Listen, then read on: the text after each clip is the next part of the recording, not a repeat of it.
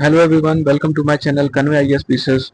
तो आज हम इस घटना चक्र के सीरीज में नेक्स्ट टॉपिक कंप्लीट करेंगे, दैट इज हाई कोर्ट। तो according to constitution of India, the high court occupies the top position in the judicial administration of the state. तो स्टेट में जो है हाई कोर्ट की जो पोजीशन है वो हाईएस्ट है सारी जुडिशियल मतलब जुडिशरी में। And constitution of India provide the high court for each state.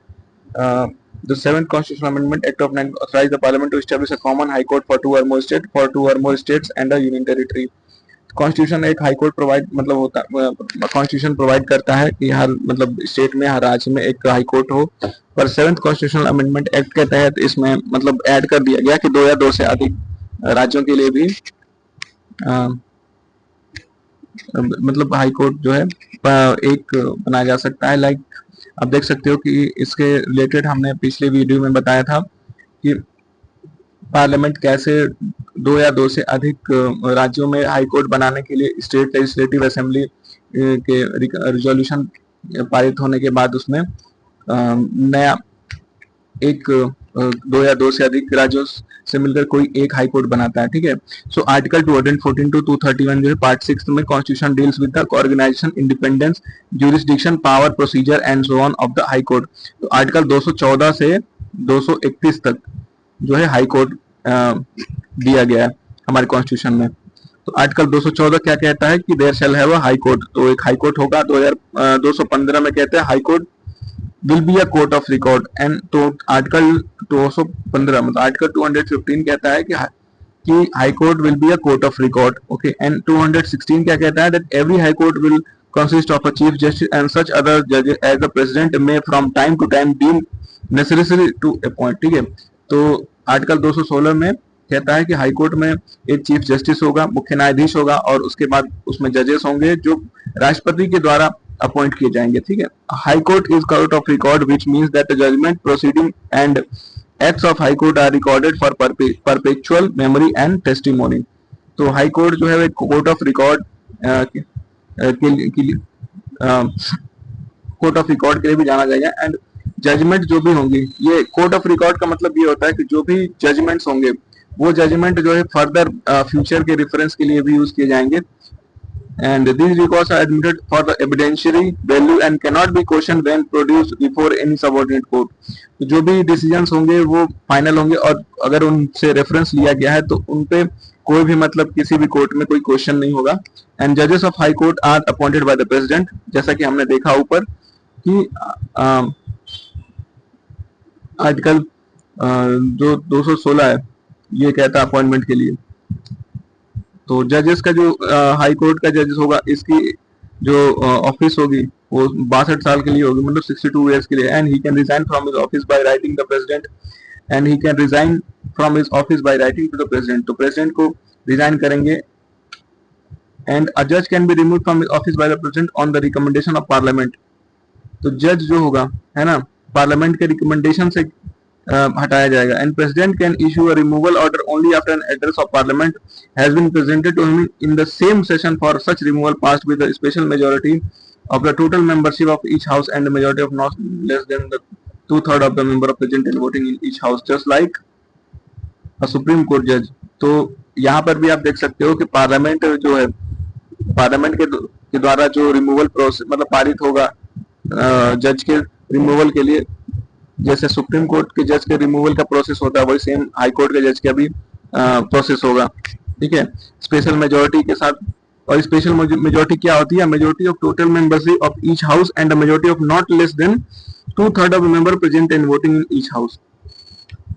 तो ये कह रहे हैं कि जो स्पेशल मेजोरिटी एक्चुअली होती क्या है? स्पेशल मेजोरिटी उसमें कहते हैं कि जो टोटल मेंबरशिप है दोनों सदन के, ठीक है, उसका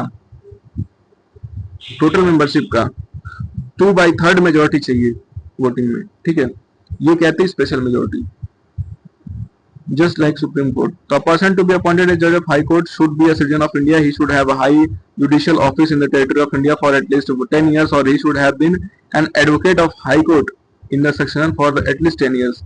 तो हाई कोर्ट के जज की योग्यता के लिए आप देख सकते हो कि कम से कम मतलब 10 साल तक वो रहे हो किसी भी सबऑर्डिनेट कोर्ट में भी। अगर वो जज बने हैं तो हो सकता है उनका promotion, but at least 10 years advocacy इनको चाहिए ही चाहिए फॉर जज ऑफ हाई कोर्ट। ठीक है, according to article 223 the president can appoint a judge of high court as an acting chief justice of the high court to perform the duties of office of chief justice when the office of chief justice is vacant or chief justice of the high court is temporarily absent or the chief justice of unable to perform his duty or his office। ठीक है, तो जो president है, president can appoint a जज of high court as an acting chief justice of the high court. तो president जो है, जो जज होगा हाई कोर्ट का, उसी में से किसी एक को एक्टिंग चीफ जस्टिस अपॉइंट करेगा for the office of chief justice. और जो अगर चीफ जस्टिस की जो ऑफिस अगर वैकेंट होगा तो chief justice unable to perform. ठीक है,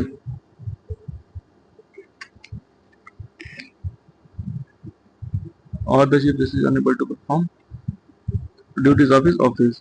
तो अगर चीफ जस्टिस एब्सेंट है या फिर मतलब डेथ हो गई है, तो उसमें से मतलब जो सीनियर मोस्ट जो जज होगा उसको मतलब प्रेसिडेंट हो सकता है कि अपॉइंट करें प्रेसिडेंट। ठीक है, एंड आर्टिकल 226 क्या कहता है, constitution empowers the high court to issue writ for the enforcement of fundamental rights of the person और any for any other purpose. तो आर्टिकल 226 क्या कहता है, रिट जारी करने की पर देता है इसमें आर्टिकल 226 के तहत। एंड आर्टिकल 227 क्या कहता है, every high court shall have superintendence over all court and tribunal. तो हाई कोर्ट का सबसे मतलब सुपरिंटेंडेंस होगा सारे कोर्ट से, except relating to the arm forces throughout the territory in relation to which it exercises jurisdiction. तो arm forces की जो मतलब जुडिशियल कोर्ट्स होते हैं उनको छोड़ करके बाकी जितने भी कोर्ट सबऑर्डिनेट कोर्ट्स होंगे उन सब में सुप्रीमेसी होगी हाई कोर्ट की। एंड ऑल हाई कोर्ट, और हाई कोर्ट की सारी मतलब उससे सुप्रीम कोर्ट की जो हाईएस्ट कोर्ट होता है हमारे देश का वो सुप्रीम कोर्ट होता है। ठीक है, तो अभी 25 हाई कोर्ट हैं पूरे देश में और 7 जो हैं उनमें से उनका जो जुरिस्डिक्शन है वो एक या एक से अधिक राज्यों में है। जैसे Delhi, Jammu Kashmir and Ladakh are the union territory with their own high court. तो दिल्ली और जम्मू कश्मीर और लद्दाख के पास अपना खुद का हाई कोर्ट है and Delhi has its own. और जम्मू एंड कश्मीर का जो है ये इनका कॉमन हाई कोर्ट है। ठीक है, the other union territory fall under the jurisdiction of different state high court. Parliament can extend the jurisdiction of high court. Institution of the high court originated India. तो high court का origination 1862 में हुआ था and high court were set up at Calcutta, Bombay and Madras. तो 3 जगह पहले बनाए गए थे। ठीक है, 1866 में High Court of Jurisdiction for the North Western Provincial came into existence at Agra. Later seat of the High Court for the North Western Provincial was shifted from Agra to Allahabad in 1869. तो 1866 में western provinces जो है north western provinces के लिए बनाया गया high court. फिर उसके बाद आगरा में वो उसको शिफ्ट किया गया। फिर 1869 में नॉर्थ वेस्टर्न प्रोविंसेस का जो हाई कोर्ट था वो आगरा से इलाहाबाद शिफ्ट कर दिया गया। ठीक, आर्टिकल 233 जो है वो स्टेट करता है कि किससे अपॉइंटमेंट होता है, appointment, posting and promotion of district जज in a state are made by the governor of the state in consultation with the high court. तो आर्टिकल 233 क्या कहता है, 233 क्या कहता है, जो डिस्ट्रिक्ट जज हैं उनका जो प्रमोशन है एज अ हाई कोर्ट के जज के लिए, जो जब तो ये कैसे होता है, गवर्नर के कंसल्टेशन से, गवर्नर करता है with consultation with high court. Okay, so article 235 empowers the high court to have control over all other subordinate court in that state. ठीक है, तो हाई कोर्ट का जो सुप्रीमेसी होगी, कंट्रोल होगी सबऑर्डिनेट कोर्ट्स की, वो आर्टिकल 235 के तहत होगी। In India a person can B detain under preventive detention generally for a maximum period of 3 month. तो कोई भी व्यक्ति जो है वो उसको आप अरेस्ट डिटेन कर सकते हो 3 महीने के लिए। ठीक है, प्रिवेंटिव डिटेंशन के अंदर अंडर सर्टेन कंडीशन इट में एक्सेड 3 मंथ। तो लोक अदालत जो है, people court is one of the alternative dispute resolution mechanism in India. तो लोक अदालत वगैरह जो है वो अल्टरनेटिव है डिस्प्यूट वगैरह रिजॉल्व करने के लिए। It is a forum where cases pending और at a pre litigation stage are settled. तो ये प्री लिटिगेशन स्टेज होती है। वैसे मान लीजिए कोई केस कोर्ट वगैरह में अगर कोई 2 लोगों के बीच में कोई विवाद है तो वो लोक अदालत में जाकर के अपने मुद्दे सुलझा सकते हैं। अगर फिर भी डिस्प्यूट मतलब होता है तो फिर वो डिस्ट्रिक्ट कोर्ट में जाएंगे। Lok Adalat can take up civil cases including marriage, family and compoundable criminal cases. तो लोक अदालत में फैमिली और जो है फैमिली सिविल केसेस और criminal cases, compoundable criminal cases वगैरह होंगे। ठीक है, Lok Adalat is usually presided over by a sitting और retired judicial officer as a chairman with 2 other members, a lawyer and a social worker. Composition is not fixed. तो जो लोक अदालत का जो प्रिसाइड करेगा, कौन करेगा, रिटायर जुडिशियल ऑफिसर होगा, वो उसका चेयरमैन होगा, और 2 अदर मेंबर्स होंगे उसके, जो लॉयर होंगे या सोशल वर्कर होंगे, ठीक है। तो ग्राम Nyayalaya act 2008 provides for the establishment of Gram Nyayalaya at the grass root level for the purpose of providing access to जजेस to the citizen at their door step, ठीक है। तो ग्राम न्यायालय की एस्टेब्लिशमेंट की बात की गई है ग्राम न्यायालय एक्ट 2008 में, जिससे मतलब कि डोर स्टेप पे ही मतलब आपको न्याय मिल सके। तो ग्राम न्यायालय are the has the jurisdiction over both civil and criminal cases. Only such dispute and cases are specified in the act schedule. तो ग्राम न्यायालय के पास क्रिमिनल और सिविल केसेस दोनों के लिए मतलब जुरिस्डिक्शन करने का मतलब उसको अधिकार है, ठीक है। तो आइए क्वेश्चंस देखते हैं इसमें। Authority to determine the number of judges in a high court rests with which of the following entities, that is president वो ऑथराइज करता है कितने मतलब जजेस होंगे। Which of the following is not correct about a high court in India? तो governor of the state appoint जजेस of high court, governor appoint नहीं करता है, प्रेसिडेंट करता है, जैसे कि हमने ऊपर वाले क्वेश्चन में देखा, तो यहाँ पे प्रेसिडेंट होगा, ठीक है। आर्टिकल 217 में ये दिया गया है, एवरी जज of high court shall be appointed by the president by warrant under his hand and seal, ठीक है। According to which article of the Indian Constitution can President of India in consultation with the Chief Justice transfer a judge of High Court from one court to another? तो article 222 के तहत क्या करता है president जो है वो एक कोर्ट से दूसरे कोर्ट में एक हाई कोर्ट से दूसरे हाई कोर्ट में जज का ट्रांसफर करता है, तो आर्टिकल 222 के तहत। एक्टिंग जजेस are appointed in high court. Salary and allowances of जजेस of the high court are charge to the consolidated fund of the state. Pension of retired high court judge is charged to the consolidated fund of India. Consolidated fund of state. अब ये देख सकते हो pension, अब देखो इतना important question है, it's a very important question. Consolidated fund of state से इसका सैलरी और अलाउंसेस होंगे, ठीक है, पर पेंशन इसको कंसोलिडेटेड फंड ऑफ इंडिया से मिल रहा है, ठीक है। Article 202 clause 3 sub clause D, salary and allowances of the जजेस of high court are charge to the consolidated fund of state, but according to article 112 3 D they get their pension from the consolidated fund of India. It's a very important. जज of high retirement of high court जज is 62, जब 62 साल की उम्र तक मतलब जज high court के जज की उम्र मतलब रिटायरमेंट की एज होती है। And what is the maximum age limit for high court जजेस? 62 इयर्स। आप देख सकते हो there are 25 high court in India. Punjab, Haryana and union territory of Chandigarh have a common high court, बिल्कुल सही बात है, ये भी सही है। And NCT has a high court of its own, ये भी सही है। तो तीनों questions. Next is consider the following statement regarding the high courts in India. There are 18 high courts in the country. 3 of them have a judicial over more than one state. No union territory has high court of its own. Judges of high court hold office till the age of 62. तो no union territory has high court of its own, तो गलत है, क्योंकि दिल्ली के पास तो है अपना खुद का हाई कोर्ट। तो जो तीसरा स्टेटमेंट है वो गलत हो गया। जजेस of high court hold office till the age of 62, तो ये तो सही है। तो पहला चौथा स्टेटमेंट जो है वो सही होगा। 3 of them have jurisdiction over more than one state, ये भी सही है, ठीक है। एंड टोटल अभी जो नंबर्स हैं तो वो तो अभी 25 हो गए, 25 है टोटल। तो पहला स्टेटमेंट भी गलत हो गया, पहला ये गलत, दोनों गलत, तो 4 ओनली, ठीक। क्वेश्चन भी गलत है ये। Number of high court of judicial in India is 25 है अभी तो। Which one of the following high court has the territorial jurisdiction over Andaman and Nicobar? तो ये कलकत्ता हाई कोर्ट जो है ये इसको देखता है अंडमान निकोबार को। Which one of the following high court has its jurisdiction over more than one state or jurisdiction? तो बॉम्बे हाई कोर्ट के पास है, जो Maharashtra, Goa, union territory of Dadra Nagar Haveli, Daman Diu सबको मतलब देखता है। How many high courts in India have jurisdiction over more than one state? तो अभी 7 हैं जिनका जो jurisdiction है वो ज्यादा है। तो Guwahati high court, Bombay high court, Punjab and Haryana high court के पास, अरुणाचल प्रदेश, नागालैंड, मिजोरम, नागालैंड, गोवा, पंजाब एंड हरियाणा, इतने सारे क्या इतने हैं। अभी 3 हाई कोर्ट हैं टोटल, ठीक है, जिसका मोर देन वन स्टेट में है। कौन कौन से हैं? High court, Bombay and Punjab, ये 3 होंगे, ठीक है।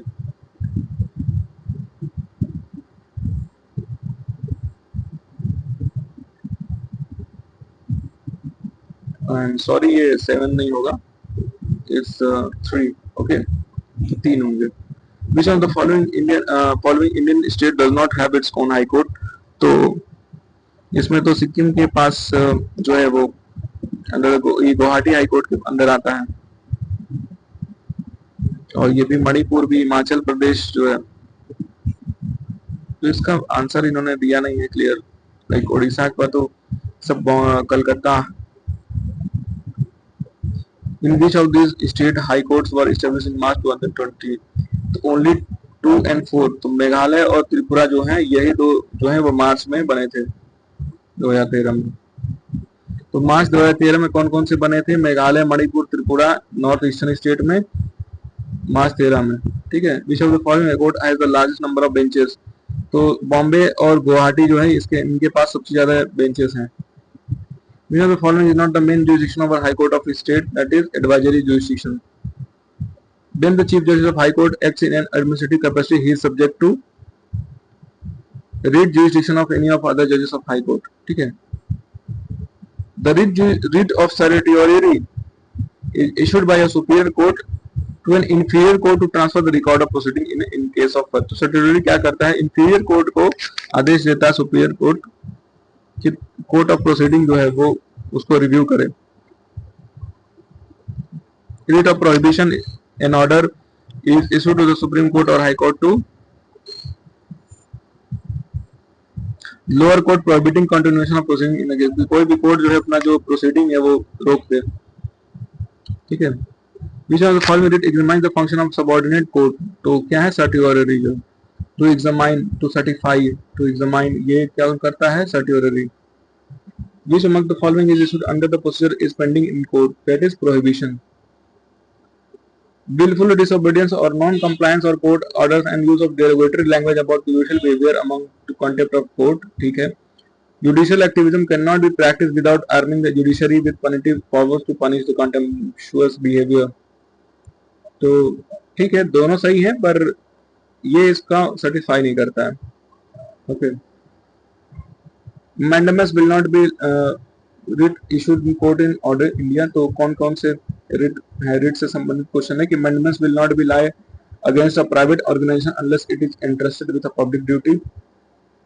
Mandamus will not lie against company even though it may be a governmental company. Any public-minded person can be a petitioner to move the court to obtain the writ of quo warranto. तो mandamus will not lie against a private organization unless it is entrusted with a public duty। तो ये तो सही बात है, ये private organisation के लिए तब तक नहीं होगी जब तक वो पब्लिक ड्यूटी के लिए ना हो। And mandamus will not lie against a company even though it may be a government company।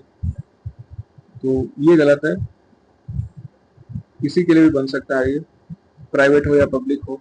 And any public minded person can be petitioner to move court to update. हाँ, ये भी सही है, answer is 1 and 3। Power of high court to issue it covers all of the above. तो इसमें constitutional right, statutory right और fundamental right तीनों cover करता है ये। Next is high court are in the better position to protect right of Indian citizen than the supreme court. Supreme court can issue writs to protect only fundamental rights. High Court are in better position to protect right of Indian citizens than in Supreme Court। तो बिल्कुल सही बात है। क्यों? क्योंकि supreme court तो क्यों? क्योंकि जो फंडामेंटल राइट से संबंधित है ना, सिर्फ उन्हीं पे सुप्रीम कोर्ट रिट जारी कर सकता है, पर हाई कोर्ट का जो स्कोप है वो थोड़ा वाइड है यहाँ पे।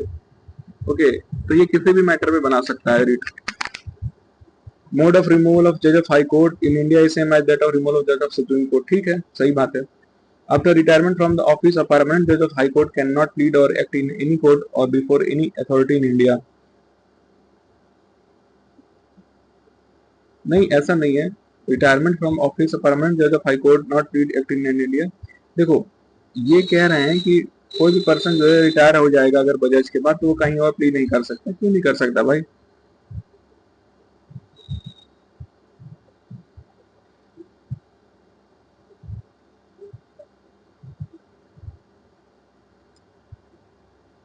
ठीक है।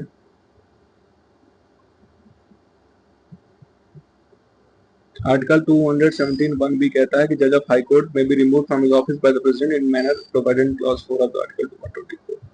तो सही है।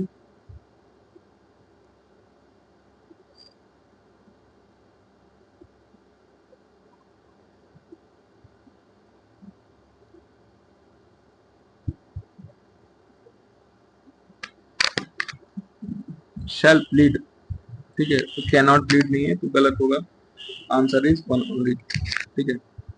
क्योंकि यहाँ देख सकते हो कह रहा है कि no person who after commencement of this constitution has held office as permanent जज of high court shall plead or in or act in any court or before any authority in India except the supreme court and other high courts. तो जज बनने बस मतलब है कि permanent जज अगर आप बन गए हो हाई कोर्ट के, उसके बाद अगर आप रिटायर होते हो तो आप हाई कोर्ट के और सुप्रीम कोर्ट के जज में प्ली नहीं कर सकते, उसके अलावा सेशन कोर्ट्स हैं, सबॉर्डिनेट कोर्ट्स हैं, वहां कर सकते हैं। तो एनी नहीं होगा इसमें, ठीक है, एनी एनी नहीं होगा, सिर्फ सुप्रीम कोर्ट और हाई कोर्ट में नहीं कर सकते हो, बाकी आप कहीं भी कर सकते हो जो भी छोटे मोटे कोर्ट्स हैं। हाई कोर्ट जज addresses his letter of resignation to president. I began which judge Rajya Sabha passed the motion of impeachment 2000 but he resigned to save himself before it could be passed by the Lok Sabha। जज सौमित्र सेन जो थे वो राज्यसभा में उनके खिलाफ resolution पारित किया गया था उनके इम्पीचमेंट के लिए, बस जैसे ही वहां पर रेजोल्यूशन पारित हो उससे पहले वो अपना रेजिग्नेशन दे चुके थे, ठीक है। What is the nature of dispute of Babri mosque Ram Janmabhoomi case before Allahabad high court. तो टाइटल सूट था ये, which High Court stated that the divorce by saying talaq 3 times is illegal। तो इलाहाबाद हाई कोर्ट ने ये दिया था। रहमतुल्लाह versus state of UP 1994 that the divorce by saying talaq for 3 times is illegal, it violates article 14 and 15 and it is noteworthy that the Muslim Women Protection Right or Marriage Act any pronouncement of talaq by a Muslim husband upon his wife by words either spoken or written or in electronic form or in any other manner whatsoever shall be void and illegal, ठीक है। Who became the Chief Justice of Chhattisgarh high court in 2008। तो राजीव गुप्ता, ये तो खैर पुराना question है, इसका कोई मतलब नहीं है। Name the chairman of law commission who advocate the 1/3। तो 1/3 ऑफ जजेस इन each house shall be from another state. HR Khanna ने बोला था ये। The term district judge is mentioned in which of the following article of Constitution। Article 233 में mention किया गया है। According to Constitution of India, the term district judge shall not include tribunal judges, ठीक है। The district judge is the highest judicial authority in the district। सही बात है। District judge has the both judicial and administrative power, he has also supervisory power over all the subordinate courts in the district, ठीक है, दोनों सही है। Article 233 इसको क्या कहता है कि Indian Constitution define appointment, posting and promotion of district judge in any court. It shall be made by the governor of the state in consultation with the High Court exercising jurisdiction in relation to such state. The district judge is the highest judicial authority in the district. The district judge has both judicial and administrative power. He has supervisory powers over all the subordinate courts in the district, ठीक है। Government law officers and legal firms are recognized as advocates, but corporate lawyers and patent attorneys are excluded from recognition as advocate। Bar Council has the power to lay down the rules relating to legal education and recognition of law colleges। नहीं, ये तो गलत है भाई, 2 only। In India, prisons are managed by state government with their own rules and regulation for the day-to-day administration of prisons, ठीक है। State का मतलब ये होता है prison। In India, prisons are governed by the Prison Act 1910, which previously kept the subject of prisons in the control of provincial government, ठीक है, दोनों सही है, ठीक है। With reference to India, judicial custody means an accused is in custody of concerned magistrate and such accused is locked up in police station, not in jail। During judicial custody, the police officer or in charge of the case is not allowed to interrogate the suspect without approval of the court। Judicial custody means accused in custody of the concerned magistrate and such accused locked up in police station, not in jail। तो ये गलत होता है, क्योंकि police custody मतलब क्या होता है that police have the physical custody of the accused, while judicial custody means an accused is in the custody of concerned magistrate। In former police custody, the accused is lodged as a police station lockup, where in judicial custody it is in jail। When police takes a person into custody, CRPC kicks in and they must produce him before a magistrate within 24 hours of the arrest। During judicial custody, the police officer in charge of the case is not allowed to interrogate the suspect, ठीक है। However, the court may allow the interrogation to be conducted if it opines the interrogation is necessary under the fact produced by before the case, ठीक है। तो CrPC section 167 criminal procedure ये कहता है कि जो पुलिस कस्टडी है उसमें पुलिस इंट्रोगेशन कर सकती है, ठीक है, उसमें फिजिकल कस्टडी होती है, उसमें जो भी वो करते हैं।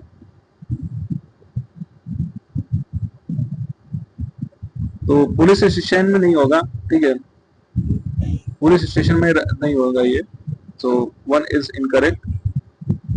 जुडिशियल कस्टडी में मजिस्ट्रेट के समक्ष इसको जेल बंद किया, ठीक है, इसको जेल में बंद किया जाता है, ठीक है।